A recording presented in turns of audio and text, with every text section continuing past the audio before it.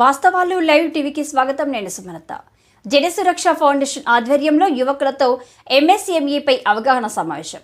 ఈ సమావేశంలో పాల్గొన్న ఎంఎస్ఎంఈ తెలంగాణ రాష్ట్ర వైస్ చైర్మన్ బద్రీనారాయణ, దేవరకద్ర బాలన్న. బద్రీనారాయణ మాట్లాడుతూ ఎంఎస్ఎంఈ ముఖ్య ఉద్దేశం సూక్ష్మ, చిన్న అండ్ మధ్య తరహా పరిశ్రమలను ప్రోత్సహించి గ్రామాల్లోని యువకులకు, రైతులకు ఉద్యోగ ఉపాధి అవకాశాలు కల్పించడం.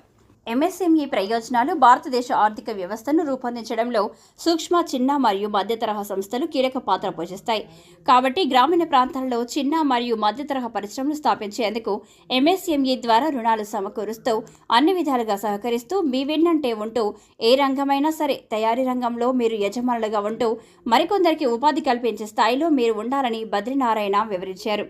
దేవరకద్ర బాలన్న మాట్లాడుతూ ఎంఎస్ఎంఈ అనే సూక్ష్మ మధ్య తరహా పరిశ్రమల ద్వారా యువకులకు, రైతులకు మంచి అవకాశం. కేంద్ర ప్రభుత్వం ఇప్పుడు ఒక్క ఎంఎస్ఎంఈను మంత్రిత్వ శాఖగా ఏర్పరుస్తూ మంత్రిని కూడా నియమించడం శుభ పరిణామం.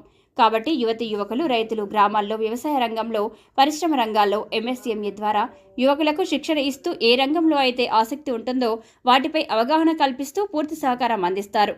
కాబట్టి ఈ యొక్క అవకాశాన్ని ప్రతి ఒక్క యువకులు, రైతులు సద్వినియోగం చేసుకోవాలని సూచించారు. ఈ కార్యక్రమంలో మహబూబ్ నగర్, వనపర్తి జిల్లాకు సంబంధించిన యువకులు పాల్గొన్నారు.